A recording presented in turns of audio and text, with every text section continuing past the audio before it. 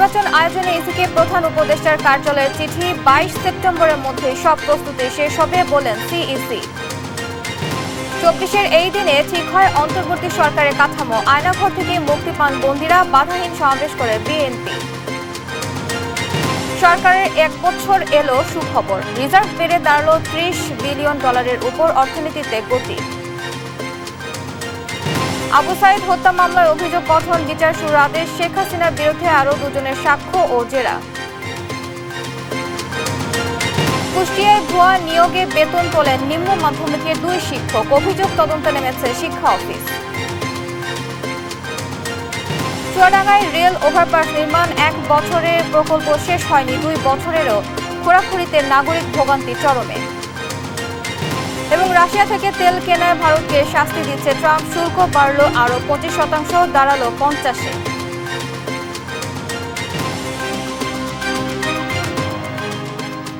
দেখছিলেন শিরোনাম সংবাদ সকালের সঙ্গে আছি আমি আয়েশা বুবলি। এবার বিস্তারিত।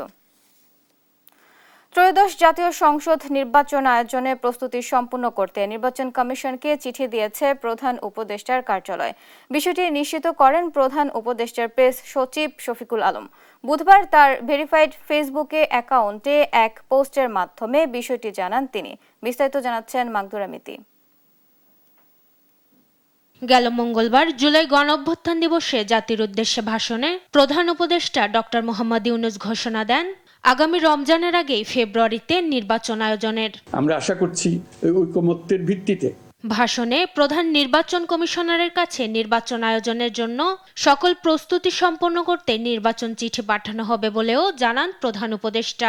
অন্তর্বর্তী সরকারের পক্ষ থেকে আমি প্রধান নির্বাচন কমিশনারের কাছে চিঠি পাঠাবো যেন নির্বাচন কমিশন আগামী রমজানের আগে 2026 সালের ফেব্রুয়ারি মাসে জাতীয় নির্বাচন অনুষ্ঠানের আয়োজন করেন। তারই ধারাবাহিকতায় বুধবার ফেব্রুয়ারিতে জাতীয় সংসদ নির্বাচন আয়োজনের সব প্রস্তুতি শেষ করতে নির্বাচন কমিশনকে চিঠি দিয়েছেন প্রধান উপদেষ্টার কার্যালয়। বিষয়টি নিশ্চিত করেছেন অন্তর্বর্তী সরকারের প্রেস সচিব শফিকুল আলম। বুধবার তিনি তার ভেরিফাইড ফেসবুক অ্যাকাউন্টে এক পোস্টের মাধ্যমে বিষয়টি নিশ্চিত করেন। নির্বাচন কমিশনের সিনিয়র সচিব বরাবর পাঠানো চিঠিতে উল্লেখিত সময়ে অবাধ, সুষ্ঠু, শান্তিপূর্ণ ও উৎসবমুখর জাতীয় নির্বাচন আয়োজনে প্রয়োজনীয় পদক্ষেপ নিতে অনুরোধ জানান প্রধান উপদেষ্টার মুখ্য সচিব এম সিরাজউদ্দিন মিয়া। এছাড়াও নির্বাচন আয়োজনে প্রয়োজনীয় প্রযুক্তি ব্যবহারের গুরুত্বারোপের পাশাপাশি একটি গ্রহণযোগ্য নির্বাচন আয়োজনে সরকারের সর্বাত্মক সহযোগিতার প্রত্যয়ের কথাও জানানো হয় নির্বাচন কমিশনকে। মাগদুরা মিতি, নিউজ ডেস্ক, দেশ টিভি। ফেব্রুয়ারির প্রথমার্ধে নির্বাচন, তার 2 মাস আগে তফসিল ঘোষণা করা হবে বলে জানিয়েছেন প্রধান নির্বাচন কমিশনার এএমএম নাসির উদ্দিন। আগারগাঁও নির্বাচন ভবনে এক ব্রিফিংয়ে এমনটি জানান তিনি। বলেন, প্রধান উপদেষ্টার দেয়া সময়সীমা অনুযায়ী নির্বাচন দিতে প্রস্তুতি নিচ্ছে কমিশন। 22 সেপ্টেম্বরের মধ্যে সব প্রস্তুতি শেষ করা হবে। শিউলি রায়ের রিপোর্ট। অন্তর্বর্তী সরকারের পক্ষ থেকে আমি প্রধান নির্বাচন কমিশনারের কাছে চিঠি পাঠাবো যেন নির্বাচন কমিশন আগামী রমজানের আগে 2026 সালের ফেব্রুয়ারি মাসে জাতীয় নির্বাচন অনুষ্ঠানের আয়োজন করেন। প্রধান উপদেষ্টার জাতির উদ্দেশ্যে ভাষণের পর বুধবার সাংবাদিকদের সঙ্গে মুখোমুখি সিএসি এএমএম নাসির উদ্দিন। এই সময় তিনি কথা বলেন নির্বাচনের সময়সীমা ও প্রস্তুতি নিয়ে। ফেব্রুয়ারির প্রথম দিকে তারিখটা আপনারা জানবেন 2 মাস আগে, তফসিল হবে বুথের তারিখের 2 মাস আগে। ফেব্রুয়ারিতে নির্বাচন করার জন্য বিভিন্ন চ্যালেঞ্জ থাকা সত্ত্বেও আমরা কিন্তু আমাদের প্রস্তুতি এগিয়ে নিচ্ছি। ইনশাল্লাহ আমাদের কোনো প্রস্তুতিতে ঘাটতি হবে না। একদম একটা সুন্দর নির্বাচন করার জন্য যে ধরনের প্রস্তুতি আমাদের নেওয়া দরকার সেটা ইনশাল্লাহ আমরা নিচ্ছি। ভোটার লিস্টে হয়ে যাচ্ছে আমাদের প্রকিউরমেন্ট, আমরা এমনি টার্গেট করেছি 22 সেপ্টেম্বর ইনশাল্লাহ শেষ করে ফেলতে পারবো। প্রধান নির্বাচন কমিশনার বলেন, এবারের নির্বাচন আয়নার মতো স্বচ্ছ করতে ইসি কাজ করে যাচ্ছে। সেই ক্ষেত্রে ভোটার ও রাজনৈতিক দলকে গুরুত্ব দেওয়া হচ্ছে। আগে চাপ থাকতো কোনো দলের পক্ষে কাজ করার জন্য, এখন চাপ থাকবে সম্পূর্ণ প্রফেশনালি নিউট্রালি কাজ করার জন্য। তাদের তো দায়িত্ব আছে বিশাল। আমি এই মেসেজটা রাজনীতি দলগুলোকে দিতে চাই, তারা একটা মেজর স্টেক হোল্ডার। আমাদের দায়িত্ব হবে খেলার মাঠটা তাদের জন্য সমান করে দেওয়া, তারা যাতে সুন্দর একই অপরচুনিটি পায় সেই চেষ্টাটা আমরা করছি এবং করব। এবার নির্বাচন সংশ্লিষ্ট পেশাজীবীরাও যাতে ভোট দেওয়ার সুযোগ পায় সেই জন্য তাদের পোস্টাল ব্যালটের আওতায় আনার কথাও ভাবছে কমিশন। আইন শৃঙ্খলা বাহিনী সুষ্ঠু নির্বাচন আয়োজনে সক্ষম বলেও নিশ্চিত করেন তিনি। যারা ইলেকশনে ইনভলভ থাকেন তারা ভোট দিতে পারেন না, তারা ভোট দিতে পারে কারণ তারা ইলেকশনের ওই প্রিসাইডিং পুলিং ডিউটিতে থাকে, এখন রিটার্নিং অফিসারের ডিউটিতে থাকে বা আইন শৃঙ্খলা বাহিনীর ডিউটিতে থাকে। এই 8-10 লক্ষ লোক যারা ইলেকশনের সাথে সম্পৃক্ত, আমরা তাদেরকে এবার একটা পোস্টাল ব্যালটে নিয়ে আসার চেষ্টা করব। আইন শৃঙ্খলা বাহিনীতে যারা আছে তারা আমার মতোই তো মানুষ, আমি যদি সাহস করে যদি আস্থা রাখতে পারি তারা হবে না। আওয়ামী লীগ নিয়ে বিচার কার্য চলমান থাকায় দলটি নির্বাচনে অংশ নিতে পারবে কিনা তা নিয়ে মন্তব্য করেনি সিএসি। তবে জানান আওয়ামী লীগের সমর্থকেরা নির্বাচনে ভোট দিতে পারবে। দলকে নিষিদ্ধ করে নাই, তাদের যত রকমের রাজনৈতিক কর্মকাণ্ড যা আছে এগুলো নিষিদ্ধ করেছে। সমর্থকরা ভোট দিতে পারবে, এতে কোনো অসুবিধা নেই। শিউলি রায়, দেশ টিভি, ঢাকা। নির্বাচনের তফসিলের আগে প্রকাশ্যে লটারির মাধ্যমে এসপি ওসিদের পদায়ন করা হবে বলে জানিয়েছেন স্বরাষ্ট্র উপদেষ্টা জাহাঙ্গীর আলম চৌধুরী। বুধবার বিকেলে জাতীয় সংসদ নির্বাচন সুষ্ঠুভাবে সম্পন্নের লক্ষ্যে আইনশৃঙ্খলা বাহিনীর বিভিন্ন কর্মপরিকল্পনার প্রণয়ন নিয়ে বৈঠক শেষে তিনি একথা বলেন। জানান, আগামী নির্বাচনে আইনশৃঙ্খলা রক্ষাকারী বাহিনীর 8 লাখ সদস্য দায়িত্ব পালন করবে। তৌফিক মাহমুদ মুন্নার রিপোর্ট। প্রিয় দেশবাসী, বহুল প্রত্যাশিত জাতীয় সংসদ নির্বাচন আগামী ফেব্রুয়ারিতে অনুষ্ঠিত হবে বলে ঘোষণা দিয়েছেন প্রধান উপদেষ্টা ডক্টর মোহাম্মদ ইউনূস। মঙ্গলবার রাতে জাতির উদ্দেশ্যে দেওয়া ভাষণে তিনি একথা জানান। গেল বছর ছাত্র আন্দোলনের মুখে দেশ ছাড়তে বাধ্য হন তৎকালীন প্রধানমন্ত্রী শেখ হাসিনা। অন্তর্বর্তী সরকারের প্রধান হিসেবে দায়িত্ব নেন ডক্টর মোহাম্মদ ইউনূস। যেন নির্বাচন কমিশন আগামী রমজানের আগে 2026 সালের ফেব্রুয়ারি মাসে জাতীয় নির্বাচন অনুষ্ঠানের আয়োজন করেন। প্রধান উপদেষ্টার ভাষণের পর বুধবার দুপুরে সচিবালয়ে আসন্ন নির্বাচন সুষ্ঠুভাবে সম্পন্নের লক্ষ্যে আইন শৃঙ্খলা রক্ষাকারী বাহিনীর সঙ্গে বৈঠক করেন স্বরাষ্ট্র উপদেষ্টা। বৈঠক শেষে তিনি কথা বলেন গণমাধ্যমের সাথে। নির্বাচনের সময় এসপি ও ওসিদের পোস্টিং প্রকাশ্য লটারির মাধ্যমে হবে জানিয়ে উপদেষ্টা বলেন, মাঠে কাজ করবে 8 লাখ আইন শৃঙ্খলা বাহিনীর সদস্য। বিভিন্ন ক্যান্ডিডেট চায় যে তার পরিচিত বা তার সে একজন ডিসি, বিএসপি বা ইউএনও বা ওসি নিতে পারে কিনা। এবার ক্ষেত্রে আমরা একটা ডিসিশন নিয়েছি, এটা স্যারের ইনস্ট্রাকশনের থেকে। এই ডিসিশনটা হলো আমরা স্পেশালি পুলিশ ডিপার্টমেন্টে এসপি এবং ওসিদের, আপনাদেরও আমি হয়তো ইনভাইট করবো, আপনাকে এই অ্যাসোসিয়েশনের সভাপতি এবং সেক্রেটারি, তাদের সামনে আমরা লটারির মাধ্যমে তাদের এই যে পোস্টিংটা আমরা করে দেব। জাতীয় নির্বাচনে লজিস্টিক সাপোর্ট নিয়ে আলোচনা হয়েছে উল্লেখ করে উপদেষ্টা জানান, প্রত্যেক কেন্দ্রে বডি ক্যামেরা দেওয়া হবে। আরেকটা জিনিস হলো যে আমাদের আর আজকে আলোচনা হয়েছে যে আমাদের কি পরিমাণ ফোর্সের দরকার হবে পুরো ভালোভাবে ইলেকশনটা কন্ডাক্ট করার জন্য। এবং আমাদের ওখানে আপনারা জানেন সবার কাছে আমরা একটা বডি ক্যামেরা দেওয়ার চেষ্টা করব, এবং ওইটা কিভাবে প্রকিউর করতে হবে এবং কার কাছে থাকবে এইগুলি ব্যাপার আলোচনা হচ্ছে। অন্যান্য সময় যেমন আপনারা জানেন যে ওই সে প্রিজাইডিং অফিসাররা অনেক সময় অন্যের বাসায় এইবার না, তারা যেন ওই সেন্টারে থাকতে পারে, ওখানেই ব্যবস্থা করা হবে। তাদের সাথে পুলিশ আনসার সবাই থাকবে। 47,000 ভোট কেন্দ্রে, প্রতিটা কেন্দ্রে আমরা একটা করে বডি ক্যামেরা দেওয়ার চেষ্টা করব। আগামী জাতীয় নির্বাচন সুষ্ঠু করতে আইনশৃঙ্খলা বাহিনীর প্রত্যেককে প্রশিক্ষণ দেওয়া হবে বলে জানান স্বরাষ্ট্র উপদেষ্টা। আমাদের এই আপনারা জানেন তৌফিক মাহমুদ মুন্না, আমাদের টিভি, প্রধান উপদেষ্টা ঢাকা। গতকালকে 7 আগস্ট 2024-এর এই দিনে নির্ধারণ করা হয় অন্তর্বর্তী সরকারের কাঠামো। ফ্যাসিস্ট শেখ হাসিনার আয়নাঘর থেকে বেরিয়ে আসেন বন্দীরা। দীর্ঘ সময় পর বাধাহীন সমাবেশ করে দেশের অন্যতম প্রধান রাজনৈতিক দল বিএনপি। ভার্চুয়ালি বক্তব্য দেন বিএনপি চেয়ারপারসন বেগম খালেদা জিয়া ও ভারপ্রাপ্ত চেয়ারম্যান তারেক রহমান। নিযুক্ত করা হয় নতুন পুলিশ প্রধান। আরো জানাচ্ছেন এম এ আজিম। 7 আগস্ট 2024 দেশে তখন সরকার ও পুলিশ প্রশাসন নেই। উৎকণ্ঠার অবসানে দফায় দফায় রাষ্ট্রপতির সঙ্গে বৈঠক করেন শিক্ষার্থীরা। ডক্টর মোহাম্মদ ইউনূসকে প্রধান করে উপদেষ্টা পরিষদের রূপরেখা তৈরি করা হয়।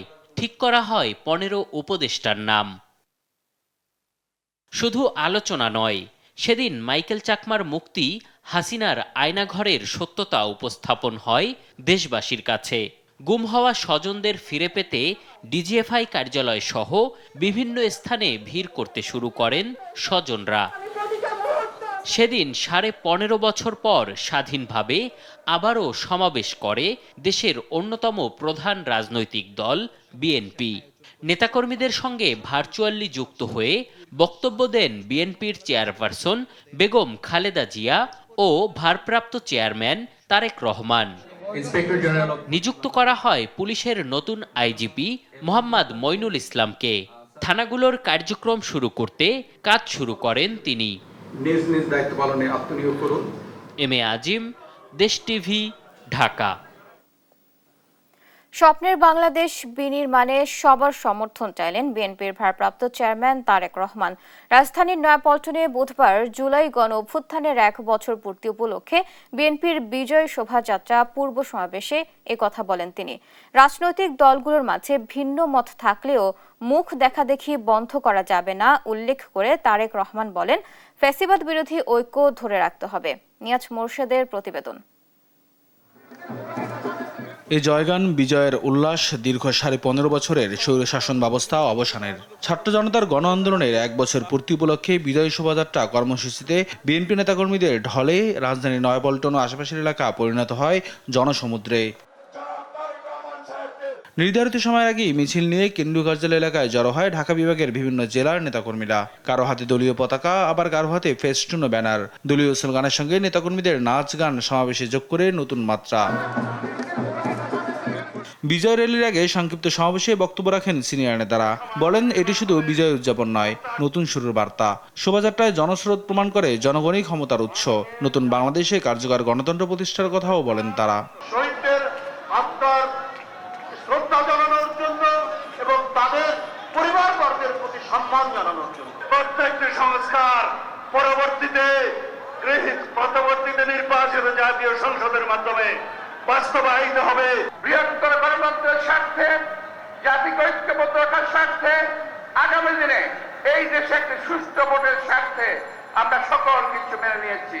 আগামী দিনে যাতে করে নির্বাচন নিয়ে কেউ ষড়যন্ত্র করতে না পারে সে ব্যাপারে আমাদের সকলকে আমরা যাতে করে সজাগ থাকি। চেয়ারম্যান তারেক রহমান সাহেবের যে দৃষ্টিভঙ্গি 31 দফার বাস্তবায়িত হতে চলেছে সংস্কারের মধ্য দিয়ে। সমাবেশে ভার্চুয়ালি যুক্ত হন দলের ভারপ্রাপ্ত চেয়ারম্যান তারেক রহমান। বলেন, দেশে গণতন্ত্র ও আইনের শাসন প্রতিষ্ঠায় সুষ্ঠু রাজনৈতিক চর্চা জরুরি। জাতীয় স্বার্থে ফ্যাসিবাদ বিরোধী শক্তিকে ঐক্যবদ্ধ থাকার আহ্বান জানান তিনি। জাতীয় ইস্যুতে গণতন্ত্রের পক্ষের রাজনৈতিক দলগুলোর মধ্যে যাতে মুখ দেখাদেখি বন্ধ না হয়, সেই লক্ষ্যে জাতীয় স্বার্থে আমাদের সকলকে ঐক্যবদ্ধ থাকা প্রয়োজন। পরে বিএনপির বিজয় মিছিল উদ্বোধন ঘোষণা করেন তারেক রহমান। এতে অংশ নেন দলের শীর্ষ নেতারা। মিছিলটি নয়াপল্টন থেকে বিভিন্ন সড়ক ঘুরে শাহবাগ মোড়ে গিয়ে শেষ হয়। জুলাই অভ্যুত্থানের বর্ষপূর্তি উপলক্ষে বিএনপির এই বিজয় মিছিল মাধ্যমে শেষ হলো বিএনপির 36 দিনের কর্মসূচি। মিছিলে অংশগ্রহণকারী নেতাকর্মীরা বলছেন, যেন গণতন্ত্র মুক্তি পায় আর একটি নির্বাচনের মাধ্যমে জনগণ তার অধিকার ফিরে পায়। নয়াপল্টন থেকে নিয়াজ মোর্শেদ, দেশ টিভি। জুলাই ঘোষণাপত্র ও ফেব্রুয়ারিতে জাতীয় সংসদ নির্বাচন অনুষ্ঠানে প্রধান উপদেষ্টার ঘোষণাকে স্বাগত জানিয়েছে বিএনপি। দলের মহাসচিব মির্জা ফখরুল ইসলাম আলমগীর বলেন, ফেব্রুয়ারিতে নির্বাচনের ঘোষণায় দেশের রাজনৈতিক অচল অবস্থা কেটে যাবে। আর সংস্কার সহ অঙ্গীকার বাস্তবায়নে নির্বাচিত সরকারই একমাত্র উপায় বলে জানান দলটির স্থায়ী কমিটির সদস্য সালাউদ্দিন আহমদ। সাইফুল রিপনের প্রতিবেদন। মঙ্গলবার গণ অভ্যুত্থানের বর্ষপূর্তিতে জাতির উদ্দেশ্যে দেয়া ভাষণে ফেব্রুয়ারিতে জাতীয় নির্বাচনের ঘোষণা দেন প্রধান উপদেষ্টা ডক্টর মোহাম্মদ ইউনূস। এর আগে জাতীয় সংসদের দক্ষিণ প্লাজায় জুলাই ঘোষণাপত্র পাঠ করেন তিনি। গণ অভ্যুত্থানের 2024-এর উপযুক্ত রাষ্ট্রীয় সাংবিধানিক স্বীকৃতি প্রদান করা হবে। এ নিয়ে আনুষ্ঠানিক প্রতিক্রিয়া জানাতে রাজধানীর গুলশানে বিএনপি চেয়ারপারসনের রাজনৈতিক কার্যালয়ে সংবাদ সম্মেলন ডাকা হয়। এ সময় জুলাই ঘোষণাপত্রকে স্বাগত জানান দলের মহাসচিব মির্জা ফখরুল ইসলাম আলমগীর। বিএনপি এই ঘোষণাপত্রকে স্বাগত জানাচ্ছে।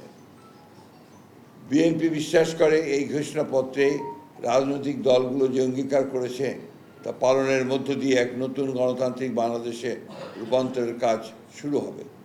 সুযোগ সৃষ্টি হবে এক সাম্য, মানবিক মূল্যবোধ ও ন্যায় বিচারের ভিত্তিতে সত্যিকারের প্রগতিশীল সমৃদ্ধ বাংলাদেশ নির্মাণের প্রক্রিয়া।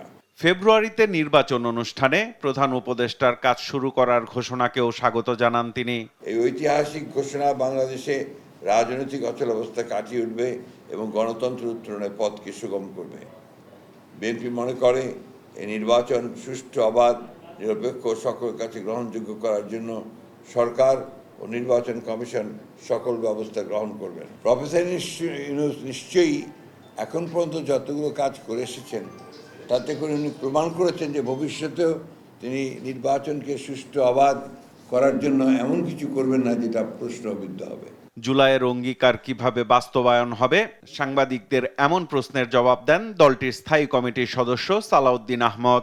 জুলাই জাতীয় সনদ 2025 এই নামে সেটা সংকলিত করে সকল পক্ষের রাজনৈতিক দলসমূহের স্বাক্ষরের জন্য যখনই প্রদান করা হবে, আমরা আগেই আমাদের বক্তব্য দিয়েছি যে আমরা সেই স্বাক্ষরের জন্য প্রস্তুত আছি এবং সেটা বাস্তবায়নের প্রক্রিয়া নিয়ে অনেকেই বিভিন্ন রকমের বক্তব্য দিতে পারেন, সেগুলো নিয়ে আলোচনা হতে পারে। তবে মাননীয় প্রধান উপদেষ্টা ঘোষণাপত্রের মধ্যে যেটা উল্লেখ করেছেন এটাই হচ্ছে একমাত্র বৈধ প্রক্রিয়া, যে নির্বাচিত সংসদ পরবর্তী সংসদে সাংবিধানিক সকল সংস্কার এগুলো পরিপূরণ করবেন। যারা জুলাই ঘোষণাপত্র নিয়ে হতাশা জানিয়েছেন তাদের ইতিবাচকভাবে ভাববার আহ্বান জানান সালাউদ্দিন আহমদ। তারা একটা পজিটিভ দৃষ্টিভঙ্গি নিয়ে এই জাতীয় সংকটের এবং গণতান্ত্রিক উত্তরণের পথটাকে পরিষ্কার করবেন, এটা আমরা আশাবাদ ব্যক্ত করি। সাইফুল রিপন, দেশ টিভি, ঢাকা। অধ্যাদেশ, লিগ্যাল ফ্রেমওয়ার্ক বা গণভোটের মাধ্যমে বর্তমান সরকারের আইনি ভিত্তি দিতে হবে। জুলাই সনদের ভিত্তিতে হতে হবে আগামী নির্বাচন, এমন দাবি তুলেছে জামায়াতে ইসলামী। জুলাই ঘোষণাপত্র ও প্রধান উপদেষ্টার ভাষণ নিয়ে বুধবার সংবাদ সম্মেলনে এ দাবি জানান দলটির নায়েবে আমির ডক্টর সৈয়দ আব্দুল্লাহ মোহাম্মদ তাহের। এ সময় প্রচলিত পদ্ধতির নির্বাচনের পরিবর্তে পিআর পদ্ধতিতে নির্বাচনের দাবিও জানান তিনি। হাসান আল মাহমুদের রিপোর্ট। মঙ্গলবার রাজধানীর আল-ফালাহ মিলনায়তনে জুলাই ঘোষণাপত্র ও জুলাই গণ অভ্যুত্থান দিবসে প্রধান উপদেষ্টার ভাষণের প্রতিক্রিয়ায় সংবাদ সম্মেলন করে জামায়াতে ইসলামী। লিখিত বক্তব্য পাঠ করেন দলটির নায়েবে আমির ডক্টর সৈয়দ আব্দুল্লাহ মোহাম্মদ তাহের। ঘোষণাপত্রকে অপূর্ণাঙ্গ উল্লেখ করে তিনি বলেন, ফ্যাসিবাদ বিরোধী দীর্ঘ সংগ্রাম, জুলাই অভ্যুত্থানের টার্নিং পয়েন্ট সহ মানুষের সংগ্রামের প্রতিফলন ঘটেনি। শহীদ ও আহতদের পরিবার সহ জুলাই যোদ্ধাদের মাঝে নতুনভাবে উৎকণ্ঠা পরিলক্ষিত হচ্ছে। ঐকমত্য কমিশনের মাধ্যমে জুলাই জাতীয় সনদ প্রণয়ন ও বাস্তবায়নের রূপরেখা কী হবে তা জাতির কাছে অস্পষ্ট। জুলাই সনদের ভিত্তিতে আগামী নির্বাচন হতে হবে বলেও দাবি করেন জামাতের নায়েবে আমির। যে নির্বাচনের সম্ভাব্য তারিখ বা মাস ঘোষণা করা হয়েছে সেই নির্বাচনটি এই জুলাই সনদের ভিত্তিতেই হতে হবে, এটা পুরো জাতির এবং সরকারের কমিটমেন্টও আছে। বর্তমান আইন শৃঙ্খলা পরিস্থিতি নির্বাচনের অনুকূলে না হলেও রোডম্যাপ ঘোষণাকে স্বাগত জানান সৈয়দ আব্দুল্লাহ মোহাম্মদ তাহের। প্রচলিত পদ্ধতির পরিবর্তে পিআর পদ্ধতিতে নির্বাচন দাবিও করেন তিনি। ট্র্যাডিশনাল পদ্ধতির নির্বাচন বাংলাদেশের জন্য উপযোগী নয়। 54 বছরের রিগিং, রাতে দখল, দিনে দখল, কেন্দ্র দখল, রেজাল্ট মাঠে একরকম, ঢাকায় সার একরকম হয়, সব কিছু দুইটা করে। সেই জন্য আমরা মনে করছি PR may be the best alternative for experiments, number 1. Number 2, যে PR এর মাধ্যমে ভোটারদের রিয়েল রিপ্রেজেন্টেশনটা হয়। নির্বাচনের তারিখ ঘোষণার আগে রাজনৈতিক দলগুলোর সঙ্গে সরকার আলোচনা করবে, এমন আশাও জানান জামাতের এই নেতা। একেবারে সুস্থ নির্বাচন। হাসান আল মাহমুদ, দেশ টিভি, ঢাকা। ভোটের কোনো জুলাই ঘোষণাপত্রে নতুন সংবিধান ও গণপরিষদ নির্বাচনের দাবিকে পাশ কাটিয়ে যাওয়া হয়েছে বলে মন্তব্য করেছেন এনসিপির সদস্য সচিব আখতার হোসেন। নির্বাচনের আগে দৃশ্যমান সংস্কার ও বিচার দাবি করেন তিনি। এদিকে গণ অধিকার পরিষদ সভাপতি নুরুল হক নূর বলেন, জুলাই ঘোষণাপত্র বর্জন নয়, সংশোধন করতে হবে। নির্বাচন আয়োজনের পূর্বে সংস্কার, উপযুক্ত পরিবেশ ও লেভেল প্লেইং ফিল্ড নিশ্চিতের আহ্বানও জানান তারা। ফাহিম ইউসুফের রিপোর্ট। জুলাই গণ অভ্যুত্থান দিবসে জুলাই ঘোষণাপত্র ও প্রধান উপদেষ্টার ভাষণ নিয়ে রাজনৈতিক মহলে তৈরি হয়েছে মিশ্র প্রতিক্রিয়া। যে ঘটনাগুলো আমাদের জাতীয় বাংলা মোটরে দলের প্রধান কার্যালয়ে প্রধান উপদেষ্টার ভাষণের প্রতিক্রিয়া জানিয়েছে জাতীয় নাগরিক পার্টি এনসিপি। জুলাই ঘোষণাপত্রে নতুন সংবিধান ও গণপরিষদ নির্বাচনের দাবিকে পাশ কাটিয়ে যাওয়ার অভিযোগ করেন সদস্য সচিব। আমরা যে নতুন সংবিধানের দাবি জানিয়েছি, গণপরিষদের কথা বলেছি, সংবিধানে অন্তর্ভুক্তির কথা বলেছি, সেই প্রক্রিয়াকে পাশ কাটিয়ে যাওয়া হয়। নির্বাচন প্রসঙ্গে দলের এই নেতা বলেন, নির্বাচনের আগেই গণহত্যাকারীদের বিচার দৃশ্যমান করার পাশাপাশি সংস্কার ও নির্বাচনের লেভেল প্লেইং ফিল্ড নিশ্চিত করতে হবে। নির্বাচনের পূর্বেই সংস্কার, বিচারকে দৃশ্যমান করা, মাঠ প্রশাসনের নিরপেক্ষতা নিশ্চিত করা, লেভেল প্লেইং ফিল্ড নিশ্চিত করার নিশ্চয়তা আমাদেরকে দিতে হবে। এদিকে গণ অধিকার পরিষদের কেন্দ্রীয় কার্যালয়ে সংবাদ ব্রিফিংয়ে জুলাই ঘোষণাপত্র নিয়ে প্রতিক্রিয়া জানিয়েছেন দলটির সভাপতি নুরুল হক নূর। বলেন, জুলাই ঘোষণাপত্র, জুলাই সনদ ও জাতীয় নির্বাচনে জন আকাঙ্ক্ষা পূরণ না হলে সরকারকে ছাড় দেবে না জনগণ। জুলাই ঘোষণাপত্র বর্জন নয়, সংশোধনের দাবি জানান তিনি। যেই সংস্কারগুলো নির্বাচনের আগে আইনি ভিত্তি এবং বৈধতা দেওয়া যায়, সেগুলোকে বৈধতা এবং আইনি ভিত্তি দিতে হবে এবং এই জুলাই সনদের ভিত্তিতে আগামীর বাংলাদেশ পরিচালিত হবে। প্রশাসনের নিরপেক্ষতা নিশ্চিত করা, সৎ দক্ষ পেশাদার অফিসারদের মাধ্যমে প্রশাসনের পুনর্গঠন এবং প্রশাসনকে ঢেলে সাজানো, লেভেল প্লেইং ফিল্ড তৈরি করা, নির্বাচন কমিশন সহ অন্যান্য প্রতিষ্ঠানগুলোকে ঢেলে সাজানো, সেই কর্মযজ্ঞ শুরু করতে হবে। এ সময় জুলাই ঘোষণাপত্রে কোটা সংস্কার আন্দোলনকে স্থান না দেয়ায় ক্ষোভ প্রকাশ করেন নুরুল হক নূর। ফাহিম ইউসুফ, দেশ টিভি, ঢাকা। অন্তর্বর্তী সরকারের 1 বছরে অবশেষে রিজার্ভে সুখবর এলো। দেশের মোট বৈদেশিক মুদ্রার রিজার্ভ 30 বিলিয়ন মার্কিন ডলারের উপরে দাঁড়িয়েছে। বুধবার রাতে বাংলাদেশ ব্যাংক এ তথ্য প্রকাশ করে। বাংলাদেশ ব্যাংক জানায়, আন্তর্জাতিক মুদ্রা তহবিলের হিসাব পদ্ধতি অনুযায়ী এই রিজার্ভ 25 বিলিয়ন ডলারের উপরে, আর বর্তমান ব্যয়যোগ্য রিজার্ভের পরিমাণ 20 বিলিয়ন ডলার। বৈদেশিক মুদ্রা আয়ের 2 উৎস, প্রবাসী আয় আর পণ্য রপ্তানিতে ইতিবাচক ধারা বজায় থাকায় বৈদেশিক মুদ্রা বাজারে স্বস্তি ফিরেছে, গতি এসেছে অর্থনীতিতে। বাংলাদেশ ব্যাংক আরও জানায়, সরকার ইতিবাচক উদ্যোগ নেয়ায় বৈদেশিক মুদ্রার রিজার্ভ ধীরে ধীরে বেড়েই চলেছে। রংপুরের আবু সাইদ হত্যা মামলার অভিযোগ গঠন করে আনুষ্ঠানিক বিচার শুরুর আদেশ দিয়েছেন আন্তর্জাতিক অপরাধ ট্রাইব্যুনাল 2। আসামিদের অব্যাহতির আবেদন খারিজ করে আগামী 27 ও 28 তারিখ সূচনা বক্তব্য ও সাক্ষ্য গ্রহণের তারিখ নির্ধারণ করেছে ট্রাইব্যুনাল। এদিকে ট্রাইব্যুনাল 1-এ বুধবার শেষ হয়েছে শেখ হাসিনার সহ 3 জনের বিরুদ্ধে চতুর্থ ও পঞ্চম সাক্ষীর সাক্ষ্য ও জেরা। পরবর্তী সাক্ষ্য গ্রহণ 17 আগস্ট। সাবরিনা মজুমদারের রিপোর্ট। কোটা আন্দোলনে tear shell, rubber bullet, sound grenade ও ছররা গুলিতে রণক্ষেত্রে রূপ দেয় রংপুর শহর। ঠিক ওই সময় ক্যাম্পাসের মূল ফটকে পুলিশের অস্ত্রের সামনে নির্ভয়ে দুহাত প্রসারিত করে দাঁড়িয়ে যান রংপুর বেগম রোকেয়া বিশ্ববিদ্যালয়ের অকুতোভয় শিক্ষার্থী আবু সাইদ। খুব কাছে থেকে তাকে গুলি করে হত্যা করে পুলিশ, যা আলোড়ন তোলে দেশে বিদেশে। জোরদার হয় জুলাই আন্দোলন। বুধবার এ মামলার 30 আসামির বিরুদ্ধে অভিযোগ গঠন করে বিচার শুরুর আদেশ দেন আন্তর্জাতিক অপরাধ ট্রাইব্যুনাল 2। খারিজ করা হয় আসামিদের মামলা থেকে অব্যাহতির আবেদন। এ সময় আদালতে উপস্থিত ছিলেন গ্রেপ্তার 6 আসামি। রংপুরের আবু সাইদ হত্যাকাণ্ড সংক্রান্ত যে মামলাটা, যেই মামলায় ভাইস চ্যান্সেলর এবং পুলিশ কমিশনার সহ 30 জন আসামি, সেই মামলায় চার্জ গঠন হয়েছে এবং আগামী 27 এবং 28 আগস্ট সাক্ষ্য গ্রহণ, ওপেনিং স্টেটমেন্ট এবং সাক্ষ্য গ্রহণের জন্য দিন ধার্য হয়েছে।